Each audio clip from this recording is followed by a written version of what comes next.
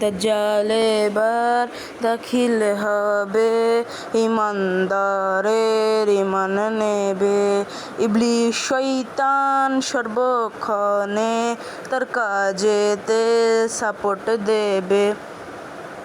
দাজ্জাল এসে সর্বপ্রথম সকল খাদ্য করবে খতম, খতম করে খোদা বলে নিজেই তখন করবে দাবি, বলবে যারা মেনে নিবি আমার হাতের খাবার খাবি।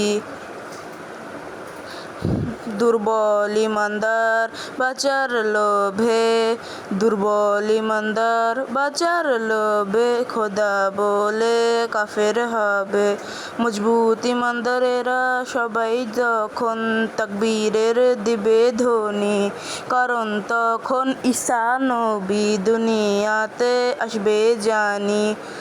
দাজ্জাল তখন ভয়ে পালাবে, নবী তাকে হত্যা করিবে।